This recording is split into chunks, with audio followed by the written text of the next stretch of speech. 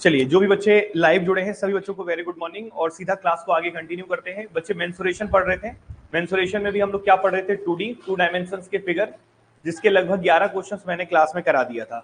आज 12वें क्वेश्चन से हम कंटिन्यू करेंगे, लेकिन एक बार फॉर्मूला का रिवीजन जरूर करिएगा। और आज कुछ और क्वेश्चंस कराने वाले हैं जो काफी इंपॉर्टेंट होंगे। तो 11वां क्वेश्चन एक बार आपको शायद 11 तक तो अच्छे से क्लियर होगा, 12वें से सीधा कंटिन्यू करते हैं। और जो लाइव जुड़े उनका अगर आवाज वगैरह में प्रॉब्लम होगा तो चैट में आके तुरंत बता दीजिएगा। 12वें क्वेश्चन से कंटिन्यू करते हैं। 12वां क्वेश्चन आपके सामने है, ठीक है। अभी क्वेश्चन क्या बोल रहा है एक बार पढ़ लीजिए आप सब लोग, फिर हम कंटिन्यू करते हैं, ठीक। कुछ नहीं है, सिंपल सिंपल फॉर्मुलेज हैं जो पढ़ा चुके हैं वही लगेंगे सारे क्वेश्चंस पे। क्या है क्वेश्चन, एक बार पढ़ते हैं। देखिए क्वेश्चन बोला है बच्चे कि एक समकोण त्रिभुज की दो छोटी भुजाओं की लंबाई 24 और 7 सेंटीमीटर है। एक समकोण त्रिभुज है जिसकी दो छोटी भुजाओं की लंबाई दी है, एक का 24 है और एक क्या है 7 है। त्रिभुज के परिवृत्त की त्रिज्या ज्ञात कीजिए। सबसे पहले लैंग्वेज को समझना, ठीक है। तो एक समकोण त्रिभुज है, कैसा त्रिभुज है, समकोण। समकोण को इंग्लिश में क्या बोलते हैं, राइट एंगल ट्राइंगल। क्या बोलते हैं बच्चे, राइट एंगल ट्राइंगल। तो हम एक समकोण त्रिभुज बना लेते हैं आप सबके लिए, और इसकी दो छोटी भुजाओं की लंबाई, छोटी भुजा बोल रहा है अगर तो याद रखना सबसे बड़ी भुजा कौन सी होती है, कर्ण। और दो छोटी भुजा बोलेगा तो वो लंब और आधार के बारे में बात कर रहा है, क्लियर है। तो दो छोटी भुजाओं की लंबाई कितनी दी है, 24 और 7। तो मान लो ये 24 और ये क्या है 7, किसी को भी मान सकते हो 24-7, कोई फर्क नहीं पड़ता। फिर उसके बाद बोला है त्रिभुज की परिवृत्त की त्रिज्या ज्ञात कीजिए। क्या बोला है, त्रिभुज के परिवृत्त, परिवृत्त नाम यूज किया है जिसको हम लोग इंग्लिश में क्या बोलते हैं, सरकम सर्कल। क्या बोलते हैं, सरकम सर्कल। एक ऐसा सर्कल जो इसके तीनों शीर्षों को होते हुए गुजरता है, तीनों शीर्षों को टच करते हुए गुजरता है, उसे हम क्या बोलते हैं, सरकम सर्कल। क्लियर है, ये होगा इस टाइप का, ये होता है बच्चे सरकम सर्कल, क्लियर है। इसको हम लोग क्या बोलते हैं, परिवृत्त। क्या बोलते हैं, परिवृत्त बोलते हैं, ठीक है। और क्या बोला है, परिवृत्त की क्या ज्ञात करना है, त्रिज्या। तो मैंने बताया था परिवृत्त की त्रिज्या को हम लोग किससे रिप्रेजेंट करते थे, कैपिटल आर। किससे करते थे, कैपिटल आर, जिसको हम बोलते थे सरकम रेडियस। से सब पढ़ा चुका हूं मैं, क्लियर है। अब कभी भी राइट एंगल ट्राइंगल होता है तो इसका जो परित्रिज्या होता है, तो ये मान लो ये पूरा सर्कल है तो उसका सेंटर पॉइंट हमेशा कर्ण के मध्य में होता है। कहाँ पे होता है, कर्ण के मध्य में। याद रखिएगा जो भी आपका परिकेंद्र होगा, सरकम सेंटर जिसको आप इंग्लिश में बोलते हैं, वे हमेशा बच्चे कर्ण के मध्य में होता है। कहाँ पे होता है, कर्ण के मध्य में। और ये बच्चे यहाँ पे ये जो लेंथ होगा ना, इसी को हम लोग क्या बोलेंगे, कैपिटल आर। क्या बोलेंगे बच्चे, कैपिटल आर परित्रिज्या। तो एक चीज याद रखिएगा, क्या कि जो परित्रिज्या का फॉर्मूला होता है वो हमेशा बच्चे कर्ण का क्या हो जाता है, हाइपोटेनस का क्या हो जाता है, आधा। कब, जब परिकेंद्र हो और कौन सा त्रिभुज हो, समकोण त्रिभुज हो। तो परिकेंद्र में जो परित्रिज्या होती है वो हमेशा कर्ण का आधा होता है। तो आपको पहले कर्ण निकालना पड़ेगा, उसके बाद क्योंकि लंब दिख रहा है, ये आधार दिख रहा है, तो आपको ट्रिपलेट तो हमने याद करवाया ही है। 7 24 के साथ क्या याद करवाया था, 25। क्या याद करवाया था, तो 7 24 25 ट्रिपलेट होता है। तो ये हमने आपको पिछली क्लास में बताया था। मतलब कर्ण कितना हो जाएगा, यहाँ से यहाँ तक कितना हो जाएगा, 25। तो कर्ण अगर 25 हो गया है तो परित्रिज्या क्या हो जाएगा, 25/2, जिसको हम बोलते हैं 12.5। क्या बोलते हैं, 12.5। और हमारे क्वेश्चन का जवाब आ जाएगा बच्चे कितना, 12.5 सेंटीमीटर। यही क्वेश्चन का जवाब। क्वेश्चन में बिल्कुल कुछ भी दम नहीं था, एक समकोण त्रिभुज था और उसका परित्रिज्या ज्ञात करना है। और समकोण त्रिभुज की परित्रिज्या मैं आपको बता चुका हूं, कर्ण का आधा होता है। जल्दी से नोट करिए, क्वेश्चन में कुछ भी नहीं है। फिर हम चलते हैं नए क्वेश्चन में, ठीक है।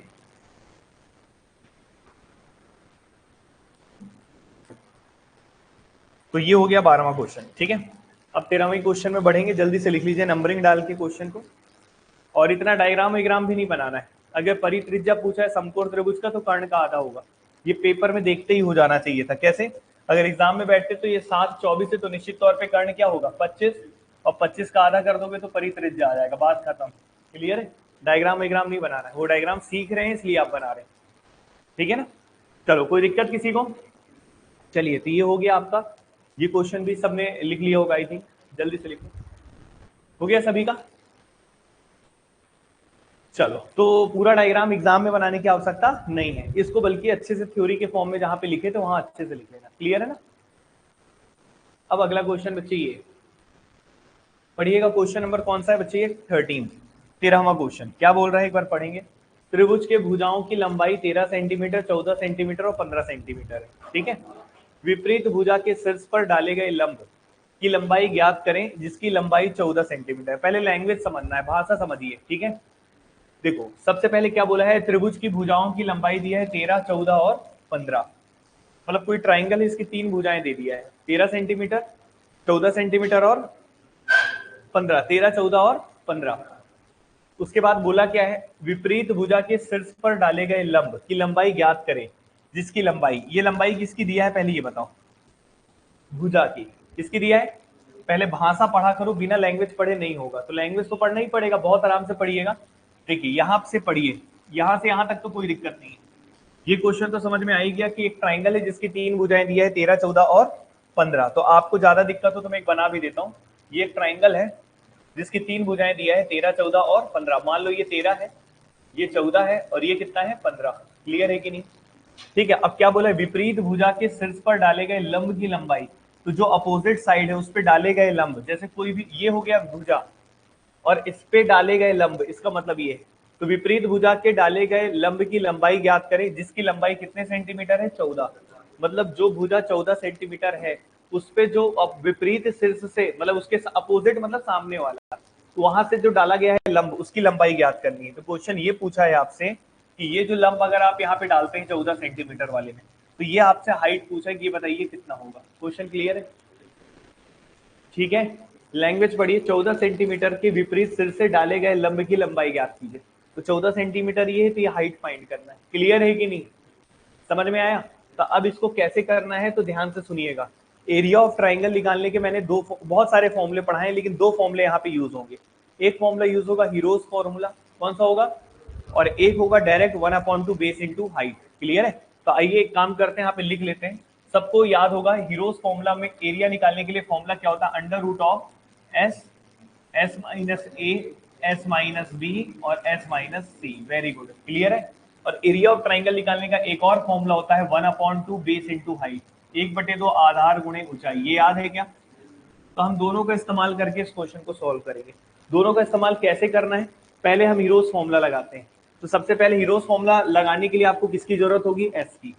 और एस कैसे निकालते हैं, ए प्लस बी प्लस सी अपॉन 2। ए कितना है बच्चे 13, बी कितना है बच्चे 15 और सी कितना है बच्चे 14।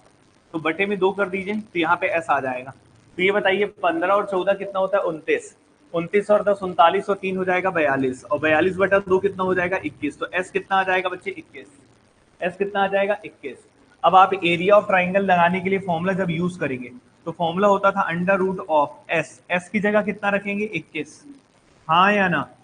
अब उसके बाद क्या होता था, एस माइनस ए आपने इसको मान लिया, बी इसको मान लिया, सी इसको मान लिया। तो एस माइनस ए करेंगे तो ये सीधा सा 21 में से कितना घटाएंगे 13, तो 21 में से 13 घटाएंगे तो कितना आ जाएगा 8, कितना आ जाएगा 8। तो एस माइनस ए हो गया। अब यहाँ पे क्या करेंगे, एस माइनस बी, एस कितना है 21, बी कितना है 15, 21 में से 15 घटाएंगे कितना आ जाएगा बच्चे 6। अब क्या करेंगे, एस माइनस सी, तो 21 में से 14 घटाएंगे कितना आ जाएगा 7। तो ये आ गया एरिया ऑफ ट्राइंगल का ही पूरा रिजल्ट। पहले बताएं बच्चे, इतना क्लियर है कि नहीं, इतना समझ में आया? अब ये बताओ, यही एरिया ऑफ ट्राइंगल इसके बराबर होगा 1/2 बेस इंटू हाइट। आपका लक्ष्य एरिया वगैरह नहीं निकालना था, आपका लक्ष्य ये हाइट निकालना था। तो 1/2 बेस अगर मैं 14 को लूंगा, इसको लूंगा 14 को लूंगा, तो उसका हाइट क्या होगा h, और यही मेरे को निकालना है कि जो अगर आधार 14 है तो उसके सामने वाला ऊंचाई ज्ञात करना है। क्लियर है कि नहीं?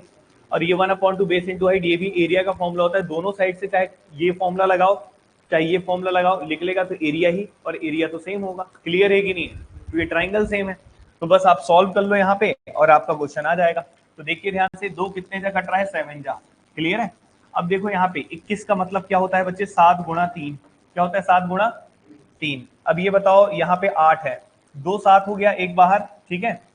और और क्या कटेगा बताओ जल्दी से, 6 का मतलब हो गया 2 गुणा 3, हाँ या ना। तो बस बच्चे अब सॉल्व हो चुका है। देखो यहाँ पे 7 कितनी बार है, गोला बनाते चल रहा हूँ, 7 कितनी बार है, तो एक बार 7 बाहर आ जाएगा, हाँ या ना। अब ये बताओ 3 कितनी बार है, 2 बार, तो एक बार 3 भी बाहर आ जाएगा रूट के बाहर, हाँ या ना। अब बताओ यहाँ पे क्या दिख रहा है 8, और क्या दिख रहा है 4, 8 दूनी, सॉरी 8 दूनी 16, 16 का रूट करेंगे तो 4। बस बच्चे पूरा रूट आ गया। क्लियर है कि नहीं? अब यहाँ पे क्या है 7 इंटू क्या है h, और ये बताओ 7 से 7 क्या हो जाएगा कैंसिल, और ये 4 3 कितना हो जाएगा 12। तो हाइट आ गया बच्चे 12 सेंटीमीटर। यही क्वेश्चन का क्या होगा जवाब, नोट करके लिख लीजिए। ठीक है,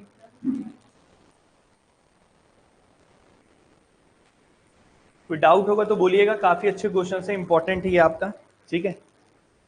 ये सभी एग्जाम में मेंसुरेशन 2D आपके लिए इंपॉर्टेंट होता है। अगर आप हॉस्टल वार्डन का पेपर दे रहे होंगे तो यूनिट नंबर जो 4 लिखा है वो यही सारी चीजें हैं। क्लियर है?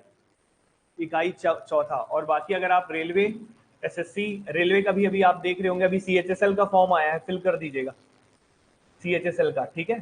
Combined higher secondary level 12th के बाद बच्चा दे सकता है जॉब, लेकिन काफी अच्छी होती है।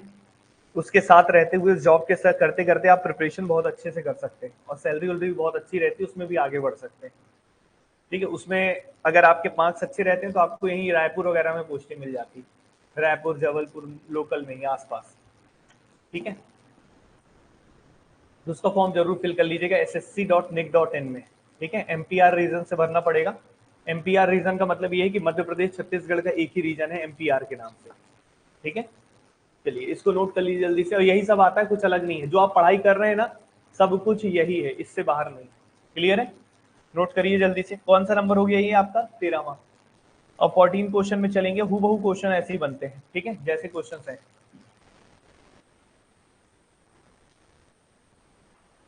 कोई डाउट हो तो पूछ लीजिएगा, कैलकुलेशन में प्रॉब्लम हो तो भी पूछ सकते हैं।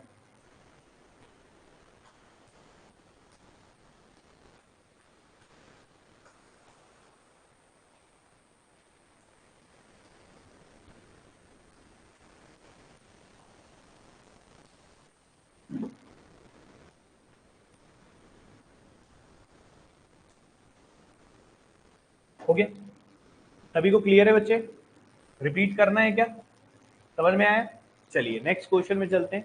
क्वेश्चन नंबर 14, ये भी काफी इंपॉर्टेंट क्वेश्चन है, ध्यान से देखिएगा। 14वां क्वेश्चन क्या बोला है? एक समकोण समद्विबाहु त्रिभुज। तो यहाँ पे दो शब्द यूज किया है, एक समकोण भी बोला है और समद्विबाहु भी बोला है। तो एक समकोण समद्विबाहु त्रिभुज का परिमाप दे दिया है, थोड़ा सा गड़बड़ लिखा है यहाँ पे ना इंग्लिश में, देख लेना। ये 4√2 है, ये होगा, ठीक है। 4√2 + 4 सेंटीमीटर है और इसके विकर्ण की लंबाई ज्ञात करना है, ठीक है। विकर्ण गलती से कर्ण बोलना चाहिए था, विकर्ण नहीं, इसके कर्ण की लंबाई ज्ञात करना, ठीक है। चलिए अब ये क्वेश्चन क्या है, एक बार बहुत इजी सा क्वेश्चन है, बहुत ही साधारण क्वेश्चन है। कभी भी क्वेश्चन पढ़ते वक्त आपको जो फिगर दिया है ना, जब वो फिगर का नाम आए तो उससे रिलेटेड जितनी कहानी आपने पढ़ा है वो सब आपके याद आ जानी चाहिए। और ये याद कैसे आएगा? जितना ज्यादा क्वेश्चन लगाओगे, जितना बार बार उनको देखोगे और उतनी बार आप लिखोगे उतना। अभी आप जब पढ़ते हैं ना तो बहुत सारे बच्चे ना याद करते हैं, बस लिखते नहीं है। आप लोग को फॉर्मूला लिखना है, जितनी बार देखेंगे उतनी बार रफ में कहीं भी लिख दो, तो लिखने के बाद याद होता है। नहीं लिखोगे तो याद नहीं होगा, पढ़ोगे बोलोगे तो याद नहीं होगा, ठीक है। अब आइए इस क्वेश्चन पे चलते हैं। क्वेश्चन क्या बोला है? एक समकोण समद्विबाहु त्रिभुज। देखो मैं भी कैसे पकड़ रहा हूँ क्वेश्चन, मेरा तरीका भी देखो। मैं पहले इसके नाम को देख रहा हूँ, और नाम को देखने के बाद मैं, अगर मुझे नहीं याद आ रहा है तो मैं उसका फिगर बना रहा हूँ।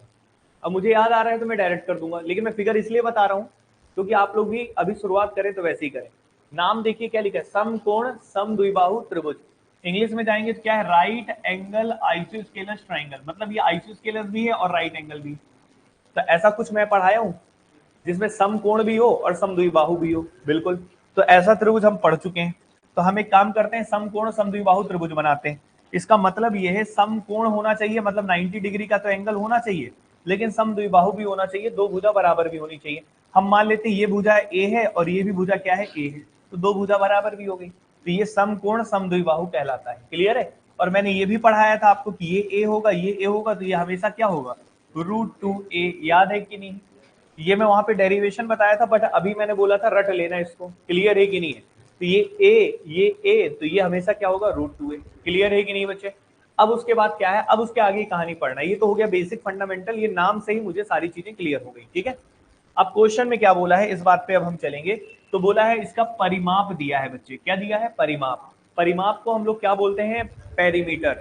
और पेरीमीटर का मतलब होता है बाउंड्री का सम। क्या होता है? बाउंड्री का सम। और परिमाप दे दिया है 4√2 + 4। तो इसका परिमाप अगर मैं आपसे पूछूंगा परिमाप क्या होगा, तो परिमाप मतलब बाउंड्री का सम। तो a + a क्या हो जाएगा? 2a।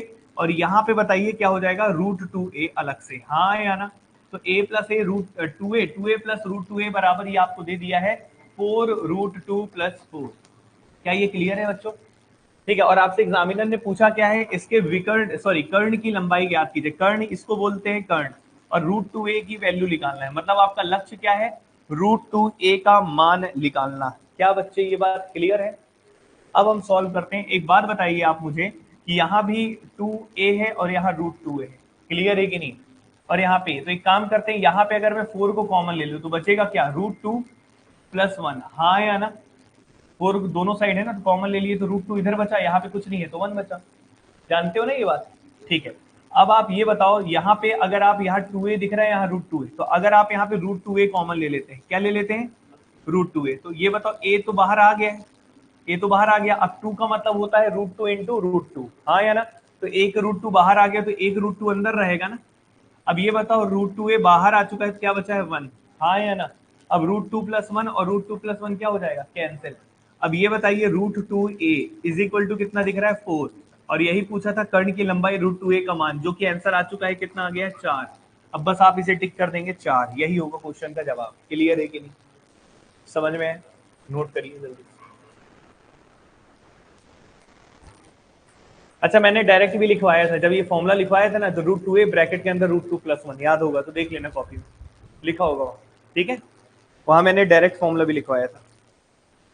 तो इसके साथ हमने ट्राइंगल कंप्लीट किया। ट्राइंगल से संबंधित यही क्वेश्चन बनते हैं 2D में, ठीक है? तो इतने काफी हैं आपके पेपर के लिए, लेकिन जब आप SSC CGL का मीन्स वगैरह देंगे तो थोड़े और एक्स्ट्रा क्वेश्चंस लगाने पड़ जाते हैं, और एक्स्ट्रा क्वेश्चंस आपको हमारे सीट्स वगैरह में मिल जाएंगे। क्लियर है कि नहीं? लेकिन पहले प्री तक अगर आप जाएंगे, या हॉस्टल वार्डन के एग्जाम्स देंगे, या CHSL के पेपर देंगे, या रेलवे का Tier 1 Tier 2 कुछ भी देंगे, ये पर्याप्त है। क्लियर है ना? बट अगर आपको कभी और जहां पे वेटेज ज्यादा हो गया, वहां पे क्वेश्चन आ रहे हैं, तो उसके लिए प्रैक्टिस सीट और है, उनको लगाइएगा, उनसे नहीं बनेंगे तो पूछेगा, लेकिन पहले इतना ही करना है। ये बताओ, समझ में आया?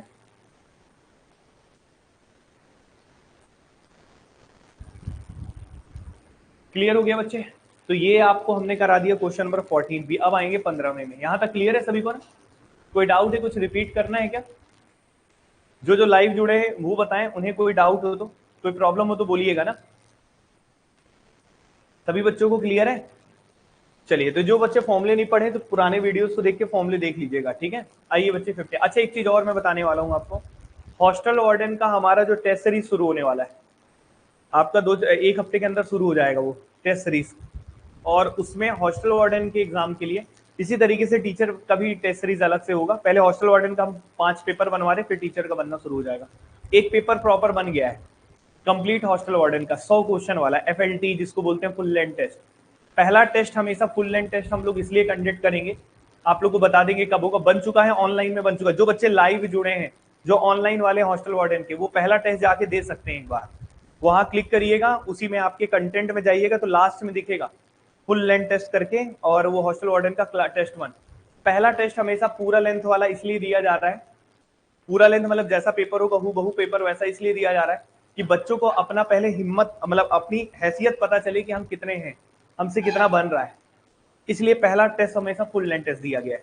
उससे आप पूरा पेपर देखिए, 100 क्वेश्चन कितने आ रहे हैं। हो सकता है 20 नंबर, हो सकता है 40 नंबर, हो सकता है 50 नंबर। जितने भी आएंगे आपको पता चलेगा कि किस पोर्शन में आपको ज्यादा दिक्कत है, और ज्यादा दिक्कत के अनुसार, अगर पूरा दिक्कत है तो पूरा आपको एक एक करके फिर सेक्शन वाइज आपको पढ़ाई करना है। जैसे पेपर में सिलेबस आया है, जैसे कंप्यूटर की बात करूं मैं, कंप्यूटर के 30 क्वेश्चन है तो 30 क्वेश्चन वहां भी है। मैथ्स के 25 क्वेश्चन तो 25 क्वेश्चन वहां। सेक्शन वाइज जैसा पेपर रहेगा हूबहू एक क्वेश्चन 1 नंबर का, वैसा पूरा FLT हमने ऑनलाइन में भी फिलहाल में बनाया है। ऑफलाइन का भी वही पेपर होगा जो ऑनलाइन में होगा, सेम पेपर होगा। ऑनलाइन वाले ऑनलाइन एक्सेस देंगे, ऑफलाइन वाले यहाँ आके देंगे, ठीक है? लेकिन पहला पेपर हम सबके लिए फ्री रखेंगे कि आप लोग को एक बार पेपर पता चले कैसा। बाइलिंगुअल पेपर होगा, हिंदी इंग्लिश दोनों में। तो उस पेपर को एक बार देखोगे तो आपको पता चलेगा कि कैसे मिक्स क्वेश्चन है उसमें। तो पहला पेपर FLT होगा, दूसरा भी FLT हम सोचे हैं रखने के लिए, और फिर तीसरे से हम टॉपिक वाइज करेंगे। क्या करेंगे? Topic wise. टॉपिक वाइज में जैसे मान लो एक पेपर में मैंने रख दिया पूरा मैथ्स 25 क्वेश्चन, मतलब 25 क्वेश्चन है, लेकिन 25 नहीं, उसमें हम पूछेंगे आपसे 100 क्वेश्चन। कितने पूछेंगे? 100, मैथ्स का मिक्स। फिर उसके बाद किसका पूछेंगे? कंप्यूटर, कंप्यूटर के पूरे 100 क्वेश्चन। फिर उसके बाद क्या पूछेंगे? जैसे जनरल अवेयरनेस, समान अध्ययन वगैरह के जो पोर्शन हो उनको कंप्लीट मिक्स करके। तो ऐसे कंप्लीट वो बन चुका है पेपर, मतलब बनना शुरू हो गया। पहला पेपर बन गया है, दूसरा बन गया है तो वो भी आज बन जाएगा। इकट्ठा ऐसे 15 पेपर होंगे। कितने होंगे? 15। तो आप लोग बच्चे जो लाइव वाले हैं उनके लिए तो पहला वाला हमने कोर्स में डाल दिया है। तो हॉस्टल वार्डन वाले जो बच्चे होंगे वो डायरेक्ट कोर्स में जाके वहां पे देख लीजिएगा। और बाकी बच्चों को हम एक प्रॉपर उसमें कोर्स बना के फिर लॉन्च करेंगे, और ऑफलाइन वालों के लिए हम डेट बता देंगे। तो अभी देख लेते हैं, तय कर लेते हैं, अगर होगा तो मैं आपके लिए भी ऑनलाइन का लिंक वगैरह ओपन करा सकता हूँ, ठीक है, एक बार बात करके। ठीक है यहाँ तक? चलिए अब यहाँ पे आइएगा बच्चे, क्वेश्चन नंबर किसमें, 15 में। ध्यान से देखिए क्वेश्चन नंबर 15वां क्या है, और पेपर का लेवल शानदार एकदम, करंट वरेंट सब डला है, जैसे अभी करंट के भी क्वेश्चन है, जिस जैसा वेटेज है जो है वही है पूरा। ठीक है, अब देखिए क्वेश्चन क्या है, एक समचतुर्भुज का क्षेत्रफल ज्ञात कीजिए जिसकी परिधि 164 सेंटीमीटर है। एक समचतुर्भुज का क्षेत्रफल ज्ञात कीजिए जिसकी परिधि 164 सेंटीमीटर है और एक विकर्ण की लंबाई 80 सेंटीमीटर है। ठीक है, अब यहां से शुरू होता है चतुर्भुज। क्या शुरू होता है? त्रिभुज के क्वेश्चन करा दिए, अब किसके करा रहे हैं? चतुर्भुज। अब चतुर्भुज जब मैं करा रहा हूं तो चतुर्भुज के सारे फॉर्मुलेज आपको क्लियर होने चाहिए।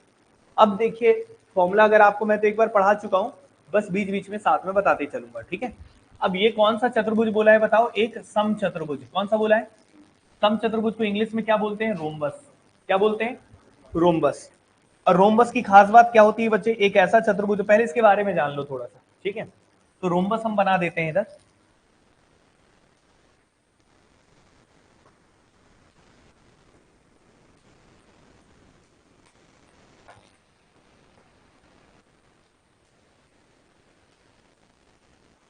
ये रोम्बस है।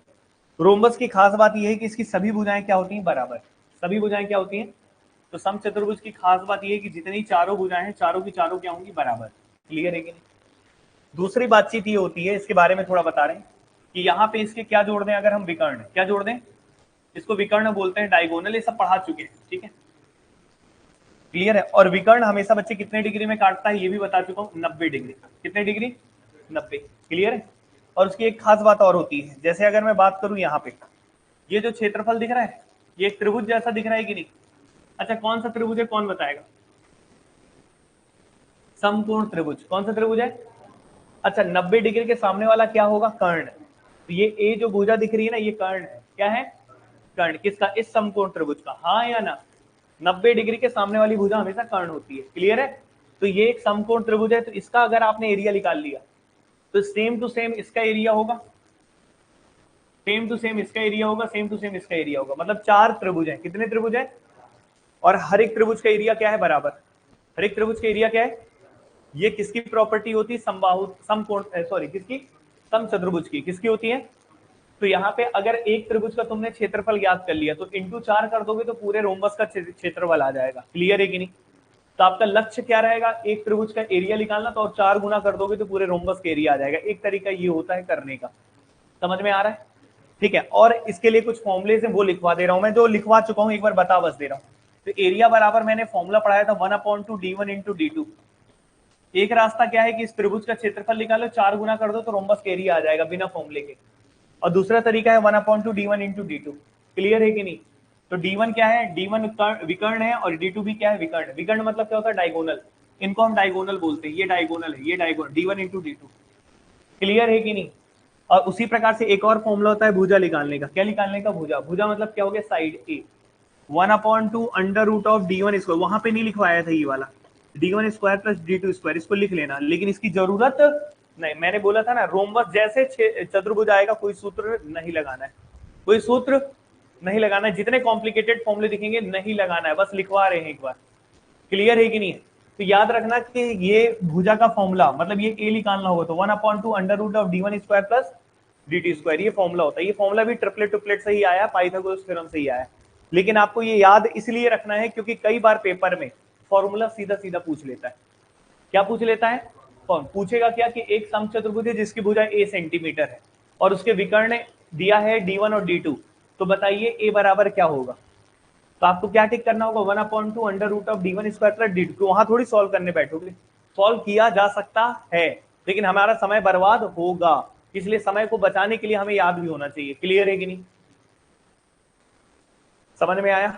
क्या है? 1/2 under root of d1 square plus d2 square. लिख लीजिए इसको बस। अब इसके बाद दोबारा इसके फॉर्मूले के बारे में कोई जिक्र नहीं होगा, अब केवल क्वेश्चन कराना है, और क्वेश्चन कराऊंगा तो फॉर्मूला भी यूज नहीं करूंगा। कोई दिक्कत? चलिए अब इस क्वेश्चन को करते हैं। क्वेश्चन में क्या बोला है? एक समचतुर्भुज का क्षेत्रफल ज्ञात करना है, एरिया ज्ञात करना है, जिसकी परिधि, परिधि मतलब क्या होता है? बाउंड्री का सम, बाउंड्री का सम, जिसको आप क्या बोलते हैं बच्चे, बाउंड्री का सम। परिधि, इसका फॉर्मूला क्या होगा ये लिख देता हूं मैं। परिधि क्या होगा, a plus a plus a plus a, क्या हो जाएगा 4a। क्लियर है। तो परिधि दे दिया है 4a, 4a बराबर दिया है 164। ठीक है। तो एक विकर्ण की लंबाई दे दिया है 80, एक विकर्ण की लंबाई दे दी है 80। ठीक है। अच्छा, विकर्ण भी बराबर बराबर काटता है, ये पढ़ा चुका हूं मैं आपको। ठीक है। चलिए अब एक काम करते हैं, इसको सॉल्व करा देते हैं। कुछ नहीं है, बिना फॉर्मूले के कराऊंगा, पहले बस केवल डायग्राम बनाऊंगा। डायग्राम आपको पेपर में बनाना हो तो बना लेना, और नहीं बनाना हो तो भी चलेगा, सिखाते वक्त बनाना पड़ता है थोड़ा।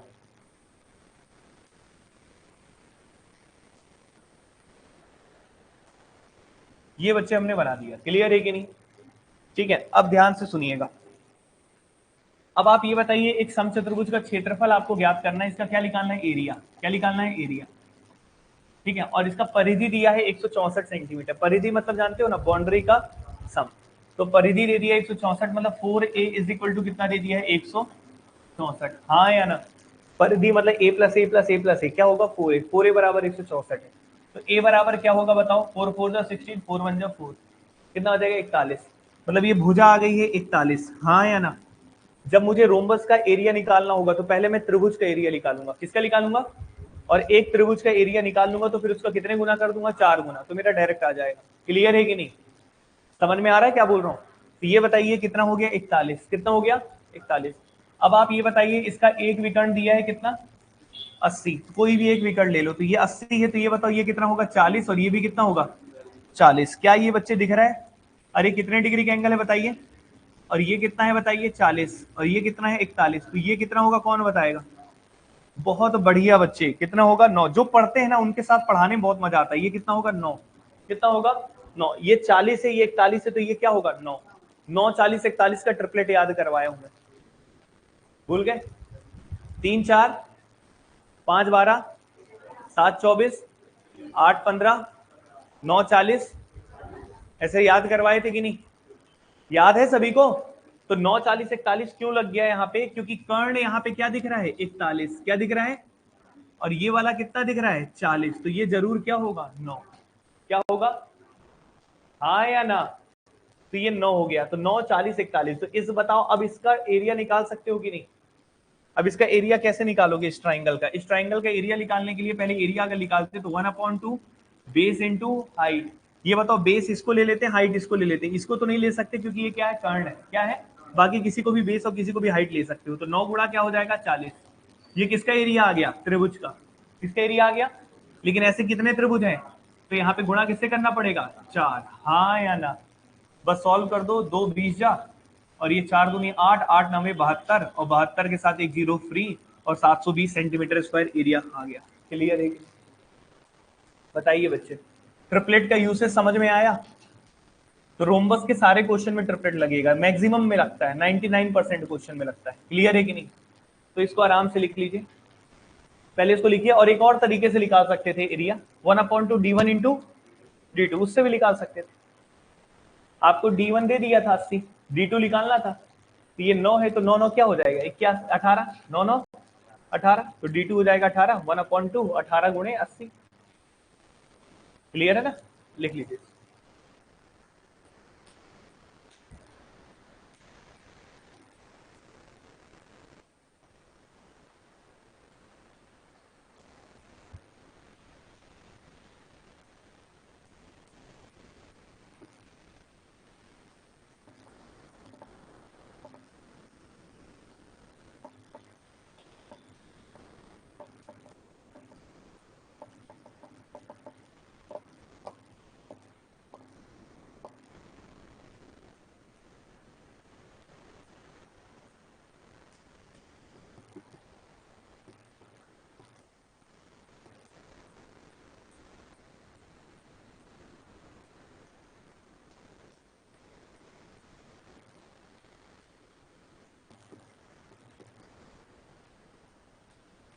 बच्चे समझ में है, क्लियर है सभी को। अच्छा, एक और तरीका था इसी चीज को, ये लिख लो पहले, अच्छे से लिख लियो सब लोग। एक और तरीके से निकाल सकते थे एरिया। एरिया का फॉर्मूला ये लिखा है ना, 1/2 d1 इंटू d2, लिखे होगी नहीं है। तो 1/2 d1 इंटू d2, तो 1/2 हो गया D1 मान लो कितना दिया था 80, 40 40 कितना था 80। अब D2 भी तो निकाल सकते थे, ये 41 से 40 तो ये क्या होगा 9, तो ये भी क्या रहेगा 9 9 9 18, तो D2 क्या हो जाएगा 18, और 2 9 18, 8 9 से 72 720, ये भी आ गया। हाँ या ना, इस फॉर्मूले से भी तो लगा सकते थे ना 1/2 D1, तो D1 अगर आपने एक निकाल लिया 40 41, तो ये क्या होगा 9, तो ये आधा 9 है, तो ये भी 9 9 9 18, तो D2 क्या हो जाएगा 18, और ये 40 40 क्या था 80। हाँ या ना, ठीक है। कोई समस्या है किसी को? तो दोनों लिख लेना आप लोग फॉर्मूले के फॉर्म में। तो ज्यादा इजी वैसे कोई भी, दोनों इजी हैं, जो ठीक लगे उससे करो, ठीक है ना। समझ में आया भाई? ये वाला क्लियर है? फॉर्मूला क्या लिखवाया हूँ? 1/2 D1 इंटू, तो D1 कितना था, ये 40 40 कितना दिया था 80, तो 80 लिख लिया। अब ये D2 निकालने के लिए ये बताओ, ये 40 41 है, तो ये क्या होगा, तो ये 9 होगा, तो ये भी क्या होगा, तो 9 9 कितना होगा, तो D2 कितना हो जाएगा 18, वही तो लिखा हूं मैं ऊपर। थोड़ा बुद्धि खोल के पढ़ा करो, क्लियर है कि नहीं? समझ में आ रहा है? ये दूसरा तरीका था। चलिए आइए नए क्वेश्चन, अब ज्यादा फालतू की बात नहीं, सीधा क्वेश्चन कराएंगे। यहां तक क्लियर है सभी को?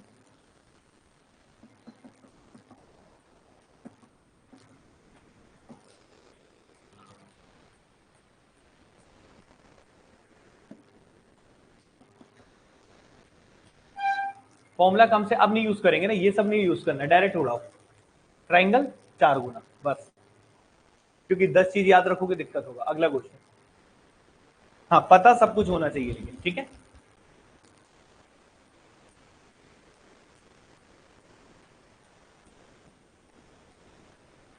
अगेन कौन सा चतुर्भुज है? समचतुर्भुज किसको बोलते हैं? रोम्बस। किसको बोलते हैं? रोम्बस। क्या बोला है इसके बारे में? विकर्ण 40 और 42 दिया है, विकर्ण दे दिया है दोनों। 40 दिया है तो ये कितना होगा 20, और ये 42 दिया है तो कितना होगा 21। हाँ या ना? तो उस चतुर्भुज का क्षेत्रफल ज्ञात करना है। क्या ज्ञात करना है? क्षेत्रफल, एरिया। कुछ करना ही नहीं है, ये भी निकालने की जरूरत नहीं है, डायरेक्ट निकालो। ये 90 डिग्री होता है, तो एरिया निकालने के लिए 1/2 बेस इंटू हाइट, पहले इस ट्राइंगल का एरिया निकालो। बेस कितना है 21, और हाइट कितना है 20, और ऐसे कितने ट्राइंगल है 4, तो 2 दूनी 4, 21 गुणा 40, 840। क्या हो गया? यही पूछा था ना? अरे नहीं यार, what is the perimeter of rhombus पूछा है।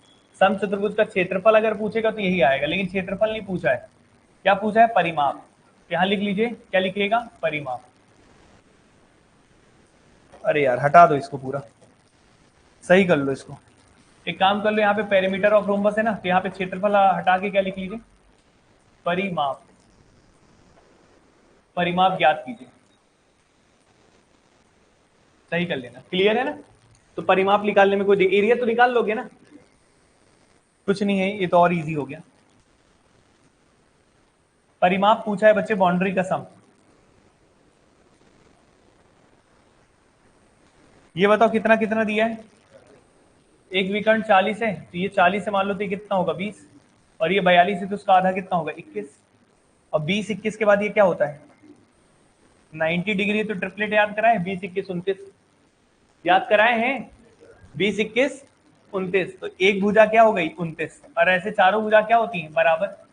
तो परिमाप निकालेंगे तो 4a फॉर्मूला होता है, तो 29 कितनी बार है 4 बार, तो 4 9 36, 8 9 10 11, 116। क्लियर है? परिमाप पूछा तो निकाल लिए, एरिया पूछे तो निकाल सकते, कोई फॉर्मूला ज्यादा कुछ है ही नहीं, ट्रिपलेट है बस। क्या है? अब इसको तो बिना पेन के करना था, पेपर में आता तो दोनों विकर्ण दिया है तो ये 20 हो जाएगा, ये 21 है, 20 21 29, 29 है 29 चौके। क्लियर है? 30 चौके 120, 4 घटा दी 116। समझ में आ रहा है? ठीक है, ऐसे क्वेश्चन में पेन भी यूज नहीं करना है, लेकिन कब? जब ट्रिपलेट्स की कमांड अच्छी हो। क्लियर है कि नहीं बच्चों? समझ में आ रहा है ना? चलिए नेक्स्ट क्वेश्चन में चलें। कोई डाउट है किसी को? रिपीट करना है? अगला सवाल 17वां।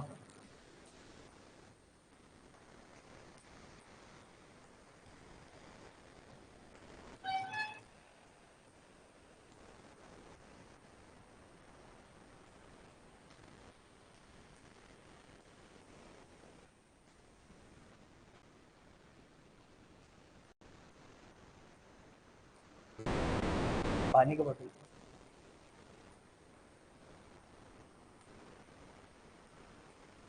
क्या क्लियर हुआ बच्चों? देखिए अब यहाँ पे शब्द समझिएगा, पहले क्या बोला, आसन भुजाएं। आसन भुजा मतलब जानते हो, अगल बगल, एक दूसरे से जुड़े हुए, क्लियर है कि नहीं? उनको हम लोग क्या बोलते हैं, आसन भुजा। आसन भुजा को इंग्लिश में क्या बोलते हैं, एडजेसेंट। तो क्वेश्चन में दम नहीं है, बहुत इजी है, इंपॉर्टेंट क्वेश्चन है। लेकिन एक कौन सा चतुर्भुज है बताओ, समांतर। सम चतुर्भुज गलती से लिखा है, पैरेललोग्राम है तो यहाँ समांतर होगा। अच्छा समांतर सब ठीक है, वैसे इसको समांतर चतुर्भुज बोलते हैं, सम नहीं बोलेंगे, समांतर चतुर्भुज बोलेंगे, सम चतुर्भुज अलग हो जाता है। क्लियर है ना? समांतर चतुर्भुज की दो आसन भुजाएं 36 और 27 सेंटीमीटर। यहाँ पे किसका खेल आ गया, समांतर चतुर्भुज का। समांतर चतुर्भुज को इंग्लिश में क्या बोलते हैं, पैरेललोग्राम। क्या बोलते हैं, इसको ऐसे भी लिखा जाता है। क्लियर है? पैरेलल लाइन खींच दी, ऊपर जीएम लिख दिए। क्लियर है? इसी को अपन हिंदी में क्या बोलते हैं, समांतर चतुर्भुज। समांतर चतुर्भुज क्या होता है ये भी पढ़ा चुका हूं, पढ़ाया हूं कि नहीं? समांतर चतुर्भुज एक ऐसा चतुर्भुज होता है जिसके आमने सामने की भुजाएं क्या होती हैं, बराबर। जिसके आमने सामने की भुजाएं क्या होती हैं, बराबर, और ये वाली भुजाएं क्या होती हैं, पैरेलल। क्लियर है? मतलब मान लो ये ए है तो ये भी ए होगा, ये बी है तो ये भी बी होगा। तो समांतर चतुर्भुज वो चतुर्भुज है जिसके आमने सामने की भुजाएं बराबर होती हैं, और वे क्या होते हैं बच्चे, अपोजिट भुजाएं क्या होती है, समांतर। समांतर मतलब क्या हो गया, पैरेलल। क्लियर है? तो ये समांतर, इसके बारे में मैं पढ़ा चुका हूँ सारा कुछ। ठीक है, क्या बताया था, एरिया बताया था, और ज्यादा कुछ था नहीं इसमें। यहाँ 90 डिग्री वगैरह नहीं बनता, जैसे रोम्बस में बनता था ना 90 डिग्री बीच में, यहाँ 90 डिग्री नहीं बनता। तो यहाँ पे ट्रिपलेट नहीं लगेगा, यहाँ ट्रिपलेट वाला खेल नहीं होगा। और ट्रिपलेट वाला खेल नहीं होता तो वैसा क्वेश्चन भी नहीं पूछता है, अलग टाइप का पूछता है। ठीक है ना? देखो ये विकर्ण कहलाएगा, क्या कहलाएगा, विकर्ण। विकर्ण मतलब क्या होता है, डायगोनल। सही है? अच्छा ये बोल रहा हूँ कि यहाँ पे 90 डिग्री नहीं होता, यहाँ नहीं होता तो यहाँ पे ट्रिपलेट नहीं लगेगा। याद रखना, लगाने मत लग जाना, पता चला पैरेललोग्राम में भी ट्रिपलेट लगा रहे हो, नहीं लगेगा। केवल कहाँ लगेगा, रोम्बस में। याद रहेगा? चलिए, अच्छा एरिया का फॉर्मूला क्या होता है ये मैं लिख देता हूँ। एरिया कैसे निकालते हैं, अगर चतुर्भुज का एरिया निकालना है, किसका निकालना है, चतुर्भुज का, तो डायरेक्ट फॉर्मूला होता है बेस इंटू हाइट। क्या फॉर्मूला होता है, 1/2 नहीं होता ना चतुर्भुज में, 1/2 इसलिए नहीं होता क्योंकि त्रिभुज में 1/2 होता था, और चतुर्भुज दो त्रिभुज से मिलकर बनता है। चतुर्भुज कितने त्रिभुज से मिलकर बनता है, दो। जैसे पहला त्रिभुज ये और दूसरा त्रिभुज ये। समझ रहे हो क्या बोल रहे हैं? जैसे ये देखो, ये पहला त्रिभुज है और ये क्या है, दूसरा त्रिभुज। ये दो त्रिभुज मिलकर क्या बनते हैं, चतुर्भुज। और एक त्रिभुज के एरिया का फॉर्मूला में क्या होता था, 1/2 बेस इंटू हाइट। तो 1/2 1/2 मतलब आधा आधा मिलके एक हो जाएगा ना, इसलिए यहाँ पे बेस इंटू हाइट फॉर्मूला होता है। याद रहेगा? क्या रहेगा, बेस इंटू हाइट। ठीक है, पढ़ा चुके हैं। अब अगर हम बात करते हैं बेस और हाइट की, तो एक बात बताइए, अगर मैं बेस लेता हूँ किसको, ए को, किसको लेता हूँ, ए को, तो इसका हाइट कैसे ड्रॉ करेंगे बताइए।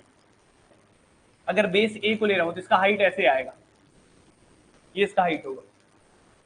अगर ए बेस है तो इसका हाइट, या फिर ये बोल लो दोनों बात एक है, ये दोनों की लंबाई क्या होंगी, बराबर। तो अगर ए बेस है तो हाइट ये है, अगर ये भी तो ए है तो इसका हाइट ये, दोनों क्या है, सेम। तो इसका नाम दे देते हैं हम लोग h1। क्या देते हैं, h1। तो a इंटू क्या हो जाएगा, h1। हाँ या ना? लेकिन अगर मैं बेस किसको ले लेता, b को, किसको ले लेता, b को ले लेता, अगर ये b बेस होता तो हाइट कैसे ड्रॉ करते हैं, हाँ या ना? ये सिर से सामने 90 डिग्री का होना चाहिए। कितना डिग्री होना चाहिए, 90। तो इसका नाम हम क्या देते हैं, h2। क्लियर है कि नहीं? तो याद रखिएगा, अगर हम बेस जैसा ले रहे हैं उसके अनुसार हाइट लेना। अगर बेस भी लेंगे तो हाइट क्या हो जाएगा, h2। लेकिन दोनों से निकलेगा तो एरिया ही ना। तो याद रखिएगा ये दोनों क्या होंगे, बराबर, इसलिए दोनों क्या है, बराबर। a into h1 is equal to a into h2। क्या ये समझ में आ रहा है, हाँ या ना? a into h1 is equal to b into h2। अगर एक साइड ले रहे हो तो उसका h1 और दूसरे साइड ले रहे हो तो उसका h2, अलग अलग हाइट है। समझ में आ रहा है? क्वेश्चन में बोला है एक समांतर चतुर्भुज की दो आसन भुजाएं। आसन भुजा किसको बोलते हैं ये भी बता देते हैं। आसन मतलब अगल बगल, एडजेसेंट। एडजेसेंट मतलब जैसे ये एक भुजा है और ये दूसरी भुजा, ये दोनों आसन कहलाएंगे। ये दोनों क्या कहलाएंगी, इनका जॉइंट एक शीर्ष ये है, हाँ या ना? इनको आसन बोलते हैं। क्लियर है कि नहीं? आसन को इंग्लिश में क्या बोलते हैं, एडजेसेंट। क्या बोलते हैं, एडजेसेंट। क्लियर है कि नहीं? तो क्या बोला है, समांतर चतुर्भुज की दो आसन भुजाएं, कितना कितना दिया है, 36 और 27। मतलब ए दे दिया है आपका 36 और बी दे दिया है 27। क्लियर है कि नहीं? सही है बच्चे। यदि लंबी भुजाओं के बीच की दूरी मतलब हाइट होता है, बीच की दूरी मतलब याद रखना। तो लंबी भुजाओं की बीच की दूरी दिया है कितना, 9। तो लंबी भुजा कौन सी वाली, 36। मतलब ये ए वाले का हाइट दे दिया है, मतलब आपको H1 दे दिया है, कितना दे दिया है, 9। समझ रहे हो? लंबी भुजा मान लो ए है, तो उसके बीच की दूरी, ये दोनों लंबी भुजाएं, दोनों के बीच की दूरी H1 है। समझ रहे हो कि नहीं? तो लंबी भुजाएं जो 36 सेंटीमीटर, नीचे भी 36 ऊपर भी 36, उनके बीच का हाइट हमने क्या मान लिया, H1। और H1 कितना दे दिया है, 9। ठीक है। आपसे क्या पूछा, छोटे भुजाओं की बीच की दूरी ज्ञात करना है, मतलब क्या निकालना है, H2।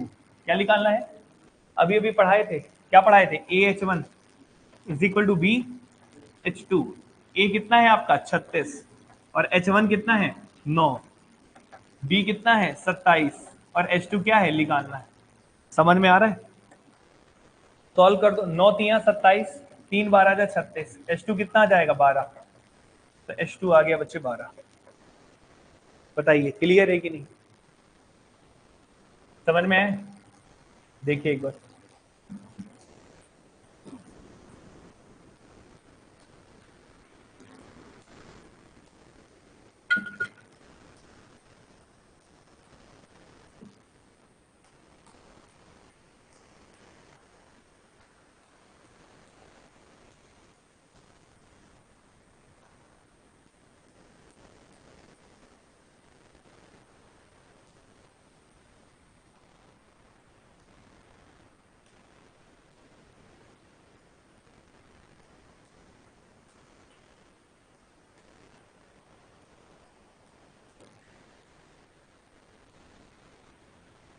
बताओ बच्चे समझ में आ रहा है?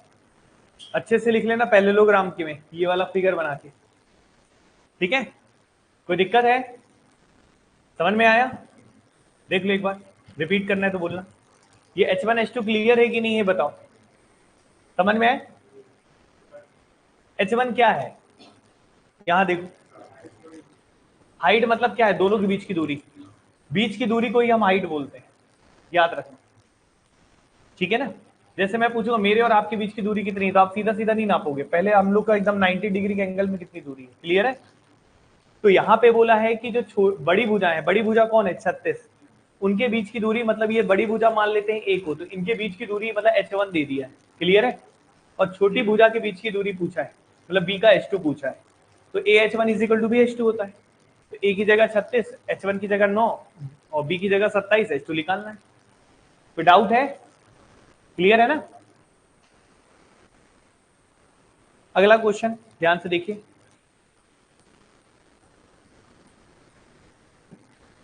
काफी इंपॉर्टेंट और बढ़िया क्वेश्चन है, इजी है।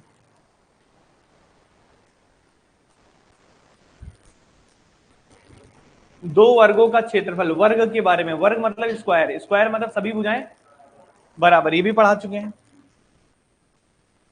वर्ग एक ऐसा चतुर्भुज होता है जिसकी सभी भुजाएं क्या होती हैं, बराबर। ये वर्ग है, वर्ग की सभी भुजाएं क्या है, बराबर। और हर एक एंगल कितने डिग्री का होता है, 90। इसको वर्ग बोलते हैं। क्लियर है कि नहीं? ठीक है, साथ में क्या बोला है, दो वर्ग का क्षेत्रफल का अनुपात दिया है, मतलब दो अलग अलग वर्ग हैं। जैसे एक और वर्ग मैं आपके लिए नीचे बना दे रहा हूं, वैसे बनाने की कोई जरूरत नहीं है। एक और वर्ग है और इसका मान लो भुजा कितना दिया है, बी, और ये भी बी होगा, फिर ये भी बी होगा, ये भी बी होगा, ये 90 डिग्री। इसका एरिया A1 लिख लेते हैं और इसका एरिया A2 लिख लेते हैं, हाँ या ना? यहाँ पे बोला है दो वर्गों का क्षेत्रफल का अनुपात दिया है 16:9। तो एरिया का अनुपात दिया है, A1 और A2 का रेशियो दे दिया है, कितना दे दिया है, 16:9। 16/9 मतलब 16:9, बात एक होता है। क्लियर है? अब आपको पता होना चाहिए कि जो वर्ग होता है उसका क्षेत्रफल का फॉर्मूला क्या होता है, एरिया बराबर क्या होता है, भुजा का स्क्वायर क्या होता है। तो यहाँ पे ये वाले में क्या है, भुजा ए, तो यहाँ लिख लेते हैं स्मॉल ए, तो ए का स्क्वायर हो गया, और इसका एरिया में क्या है, भुजा क्या है, बी, बी स्क्वायर बराबर क्या हो गया, 16/9। क्लियर है कि नहीं? एरिया इसका क्या होगा, ए स्क्वायर, और इस वाले का एरिया क्या होगा, बी स्क्वायर, हाँ या ना? अब यहां से आप किसका रेशियो निकाल सकते हैं, ए और बी का। तो ए और बी का अनुपात क्या आ जाएगा, ये स्क्वायर उधर जाके रूट हो जाएगा, तो 16 का रूट क्या हो जाएगा 4 और 9 का क्या हो जाएगा 3। तो यहां से आपको ए अनुपात बी का रेशियो मिल गया, दोनों की भुजाओं का अनुपात मिल गया कितना, 4:3। ठीक है। और आपसे पूछा क्या है बच्चे, यहाँ पे एक क्वेश्चन में पढ़िएगा, उनके संबंधित परिमापों का अनुपात ज्ञात कीजिए। किसका ज्ञात करना है, परिमाप। अच्छा, परिमाप की बात करेंगे तो P1 पहले वाले का लिख लेते हैं, दूसरे वाले का P2। परिमाप का फॉर्मूला क्या होता है, परिमाप का फॉर्मूला होता है जितनी भुजाएं हैं 4a हो जाएगा। क्या हो जाएगा, 4a। तो यहाँ पे क्या लिखेंगे 4a a1, और यहाँ पे क्या लिखेंगे 4, सॉरी a1 भी क्या लिखने की जरूरत है, a लिखो बस, और यहाँ क्या लिखोगे 4b। हाँ या ना। अच्छा एक बात बताओ, 4 लिखने का कोई फायदा है रेशियो में, क्यों, क्योंकि 4 4 क्या हो जाएगा कैंसिल। तो परिमाप में ये कभी भी जो भी कांस्टेंट वैल्यू होता है, रेशियो जब भी निकालते हो क्या निकालते हो, रेशियो। रेशियो को हिंदी में क्या बोलते हैं, अनुपात। समझते हो जो बोल रहा हूं, दिमाग तक घुसता है कि नहीं। जब भी हम अनुपात निकालते हैं तो कांस्टेंट वैल्यू का उपयोग नहीं करना है। जैसे यहाँ पे 4 था तो 4 4 क्या हो जाएगा कैंसिल, तो आगे से लिखेंगे भी नहीं। क्लियर है कि नहीं। अब ये बताइए ए अपॉन बी, ए अपॉन बी पहले से आपने निकाल लिया था, कितना आ गया था 4/3, मतलब P1 P2 का रेशियो कितना आ गया है 4/3। तो दोनों के परिमाप का रेशियो हो जाएगा 4:3। क्या हो जाएगा, इसमें ऑप्शन में गड़बड़ है, क्या बोला था, पहले वाले का कितना दिया था 16, तो परिमाप भी 4:3 होगा, ऑप्शन गड़बड़, 4:3 आएगा, 3 4 नहीं होगा, 4:3 होगा। हाँ 4:3 होगा, 5 हटा देना यहाँ पे। क्लियर है, ठीक है, 4:3 होगा। कोई दिक्कत किसी को, नोट कर लीजिए। क्षेत्रफल का अनुपात देखिए, परिमाप का पूछा था, कुछ नहीं था। क्षेत्रफल का सूत्र पता होना चाहिए, परिमाप का सूत्र पता होना चाहिए। और वर्ग में कुछ नहीं होता, एरिया हमेशा स्क्वायर होता है, और परिमाप मतलब वही भुजा होती है बस, क्योंकि कांस्टेंट तो कैंसिल हो जाता है। तो इस क्वेश्चन को तो पेन से करना ही नहीं था, डायरेक्ट उड़ाना था। कैसे मैं बताता हूँ, पहले लिख लो, पहले डिटेल लिख लिया करो। लेकिन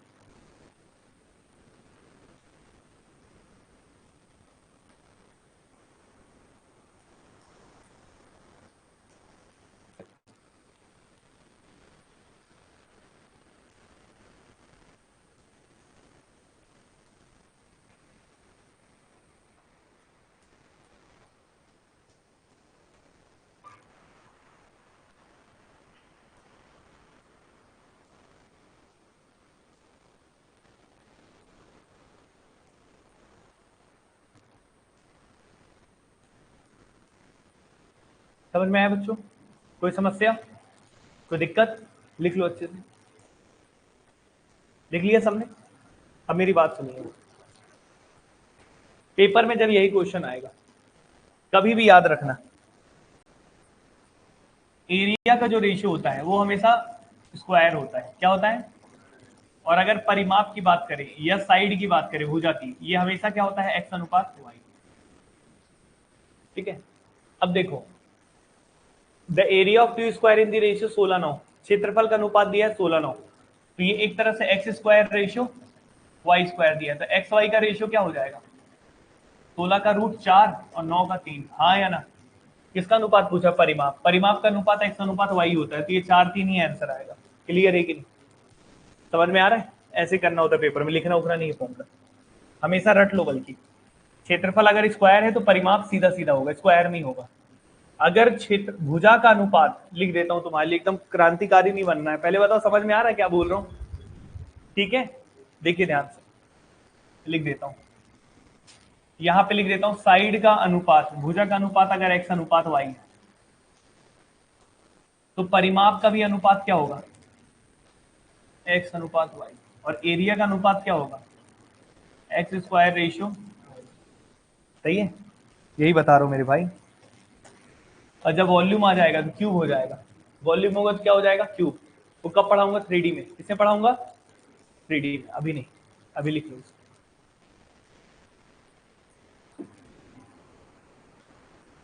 ठीक है, जब आयतन होगा वॉल्यूम आ जाएगा। वॉल्यूम आयतन क्या होता है, सब हम 3D में पढ़ते हैं, 2D में नहीं।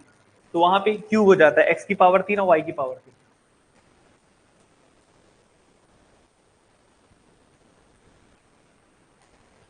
बताइए बच्चे, क्लियर है सभी को।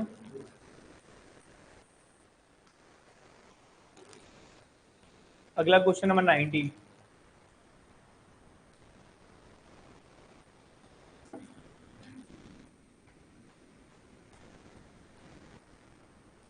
अब 19 कराने के पहले कुछ चीजें बतानी है, पहले इस क्वेश्चन को बाद में करना, पहले सुनो। जैसे मान लो एक तार है, एक तार तुमने लिया, एक सीधी तार मार्केट से खरीद के लाए हो। तार जानते हो ना, सिंपल तार है, लंबी तार लेके आए। अब मार्केट से लाने के बाद इस तार को आपने मोड़कर क्या बना दिया, क्या बना दिया, त्रिभुज। बना सकते हो कि नहीं, तार को ऐसे मोड़ा और क्या बना दिया, त्रिभुज। क्या बना दिया, त्रिभुज।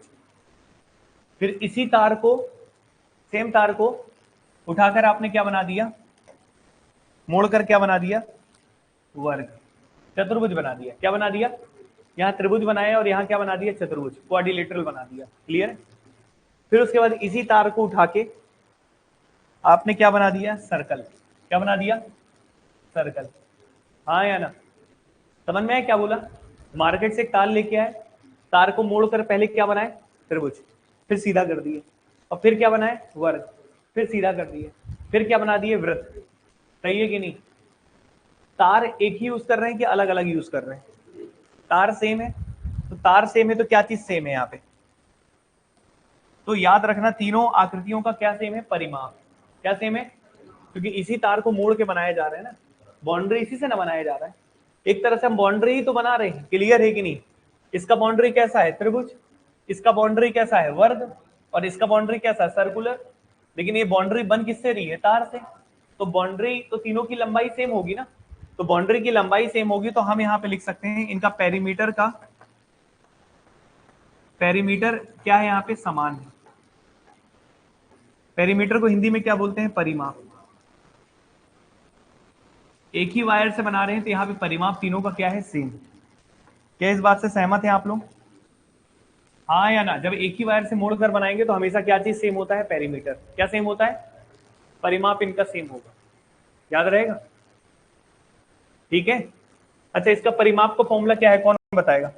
अगर तीनों भुजा बराबर है तो 3 है, और इसका 4 है, और इसका 2 पाई आर। क्या होता है, 2 पाई आर। 2 पाई इनके परिमाप के सूत्र मैंने लिखे, और तीनों का परिमाप की लंबाई क्या होगी, सेम। याद रहेगा, जब एक ही वायर से हम बेंड करके बनाएंगे। क्लियर है। अच्छा, इनका क्षेत्रफल सेम रहेगा कि अलग रहेगा। जैसे मान लो इसका क्षेत्रफल A1 है, इसका क्षेत्रफल A2 है, इसका A3। अच्छा, क्षेत्रफल क्या होता है जानते हो, ये पूरा भाग को क्या बोलते हैं, ये पूरे भाग को क्या बोलते हैं, ये पूरे भाग को क्या बोलते हैं। तो तीनों का क्षेत्रफल अलग होगा कि सेम होगा, जब परिमाप सेम है तो क्षेत्रफल अलग होगा कि सेम होगा। देख के कैसा लग रहा है, चलो छोड़ो, ये बात सेम होगा कि नहीं होगा वो अलग बात है, लेकिन देखने में तीनों सेम दिख रहा है कि अलग अलग दिख रहा है, अलग दिख रहा है। ज्यादा किसका दिख रहा है, क्षेत्रफल ज्यादा किस में आएगा, ठीक है। तो याद रखिएगा हमेशा, जैसे जैसे भुजा की संख्या बढ़ती जाती है, जैसे जैसे, जैसे यहाँ कितनी भुजा थी, यहाँ कितनी है, और यहाँ कितनी है, अनंत। कितनी भुजा है, अनंत है भाई। कितनी भुजा है, अनंत भुजा है। यहाँ पे भुजा अनंत है क्योंकि हर एक बिंदु पे एक नई भुजा है। क्लियर है कि नहीं, अनंत भुजा बोलेंगे। वृत्त में कितनी भुजाएं होती, कोई पूछ ले तो बोलना अनंत। कितनी होती है, तो पहले कितनी भुजा थी, 3, फिर कितनी, 4। जैसे भुजा बढ़ते जाता है वैसे एरिया बढ़ते आता है। वैसे क्या बढ़ते आता है, जैसे भुजाओं की संख्या बढ़ती है तो क्षेत्रफल ज्यादा आते आता है। क्लियर है कि नहीं, याद रहेगा। तो इसका एरिया A1 है, इसका A2 है, इसका A3 है। तो याद रखिएगा, तो भले परिमाप सेम हो, लेकिन भले परिमाप सेम हो लेकिन क्षेत्रफल हमेशा A1 से ज्यादा किसका होगा, A2 का, और A2 से ज्यादा किसका होगा, A3 का। क्लियर है कि नहीं। पेपर में अगर ऐसा क्वेश्चन आता है, एक तार से मोड़कर एक वर्ग बनाया जाता है और उसी तार से मोड़कर एक वृत्त बनाया जाता है, तो बताइए किसका क्षेत्रफल अधिक होगा। पहला ऑप्शन दोनों बराबर होंगे, दूसरा ऑप्शन वर्ग का कम होगा, तीसरा ऑप्शन वृत्त का अधिक होगा, चौथा ऑप्शन हम बता नहीं सकते। इसे टिक करोगे, वृत्त का ज्यादा होगा। यार थोड़ा बुद्धि लगाया करो ना, किसका ज्यादा होगा, वृत्त का ज्यादा होगा। यही ना बोल रहा हूं बढ़ते क्रम में। क्लियर है कि नहीं है? समझ में आए? वृत्त का ज्यादा होगा ना। परिमाप भले सेम हो, एरिया हमेशा त्रिभुज से ज्यादा किसका होता है? वर्ग का, वर्ग से ज्यादा वृत्त का। लिख लो इसको, नोट करके लिख लो। कैसे लिखोगे पता है ना? ऐसे ही बना लो जैसे मैं बनाया हूं। आप क्या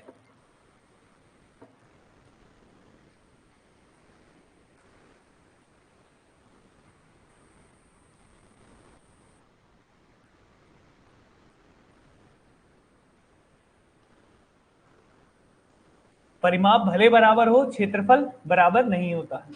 ठीक है, वृत्त का सबसे बड़ा होता है, उससे कम वर्ग और उससे कम त्रिभुज।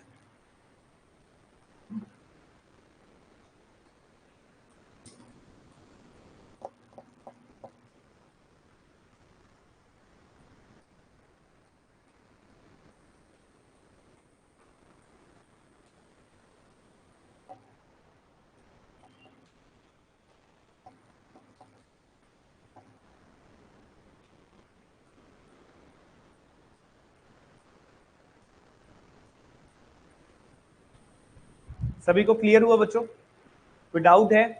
हो जाएगा। चले नेक्स्ट क्वेश्चन में। चलिए क्वेश्चन शुरू करते हैं इस वैरायटी के। पहले क्वेश्चन पढ़िए फिर कराते हैं। ठीक है,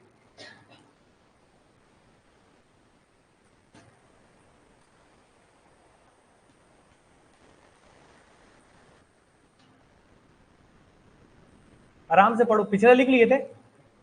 सबने लिख लिया पिछला? क्वेश्चन पढ़िए, पढ़िए, सॉल्व नहीं करना, पढ़ना बस है। भाषा समझ में आ रहा है?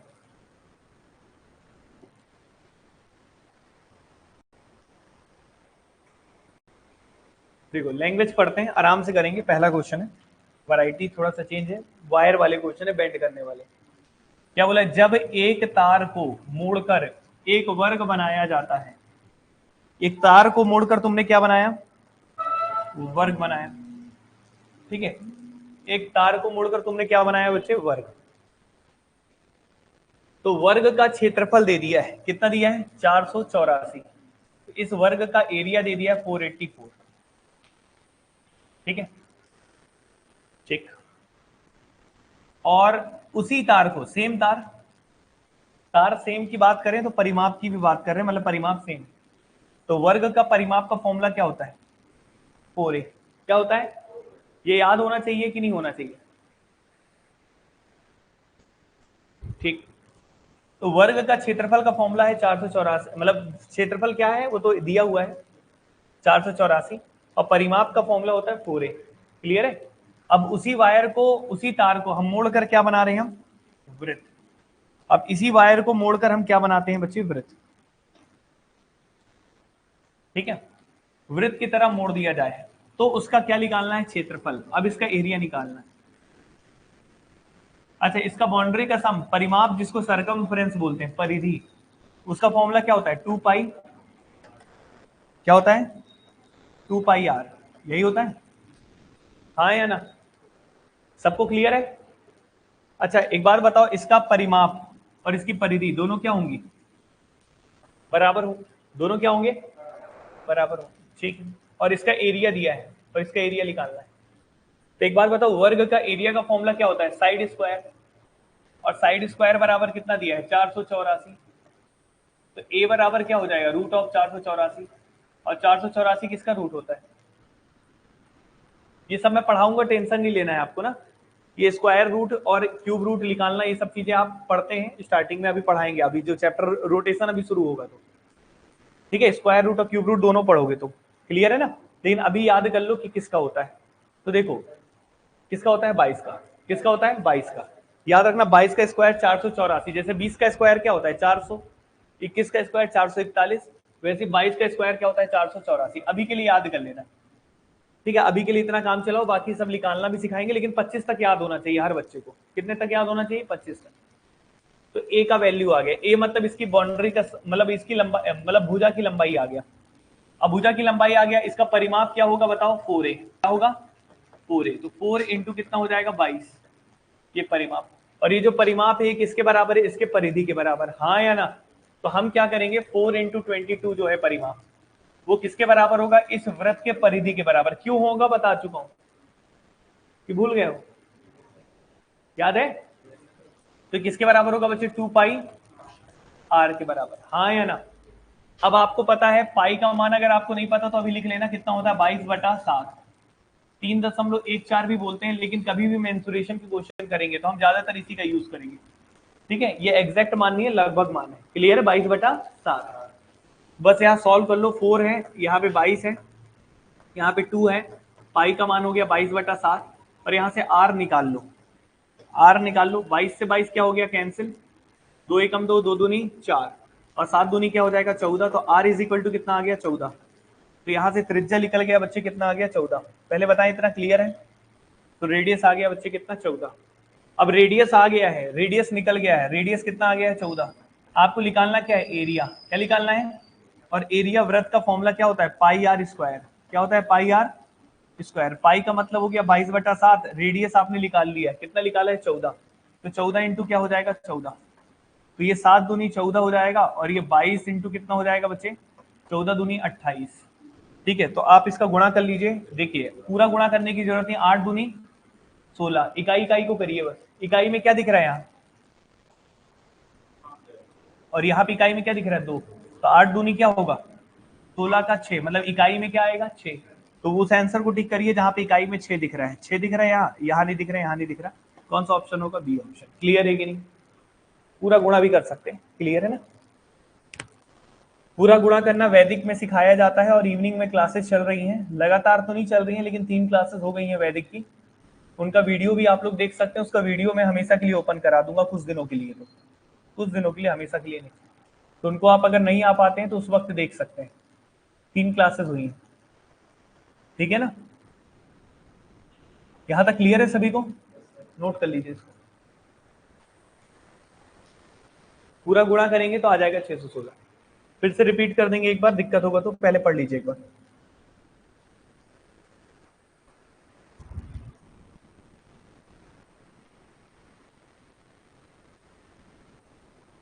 सभी बच्चों को समझ में आया? कुछ नहीं था, एक वायर से वर्ग बनाया गया, फिर वापस उसको बेंड करके क्या बनाया गया, सर्कल। तो वर्ग का क्षेत्रफल दे दिया था, तो हमने उसकी भुजा निकाल ली, भुजा निकालने के बाद क्या निकाल लिया, परिमाप। आपको पता है इस वर्ग से फिर हमने क्या बनाया था, वृत्त बनाया था, तो दोनों का परिमाप या परिधि सेम होगा, तो इसका परिमाप 4a होता है, और 4a बराबर उसका होगा 2 पाई r। तो वहां से हमने r निकाल लिया, r इसलिए निकाला क्योंकि एरिया निकालना था, एरिया का फॉर्मूला था पाई आर स्क्वायर, तो r तो जरूरत है ही, पाई का मान तो फिक्स होता है 22/7। क्लियर है बच्चों? आते हैं ऐसे क्वेश्चन, बहुत इंपॉर्टेंट है ये। क्लियर है सभी को? कोई डाउट है तो आज के लिए इतना ही रखते हैं, इसका रिवीजन करके आइएगा। 19 क्वेश्चन हो गए हैं, कल कोशिश करेंगे कल खत्म कर दें पूरा चैप्टर। क्लियर है कि नहीं? समझ में आया सभी को? कोई डाउट है, कुछ पूछना है? तो आज के लिए इतना काफी है, मिलते हैं अगली क्लास में। अगली क्लास में हम कंप्लीट करेंगे इसको, ठीक है? Thank you.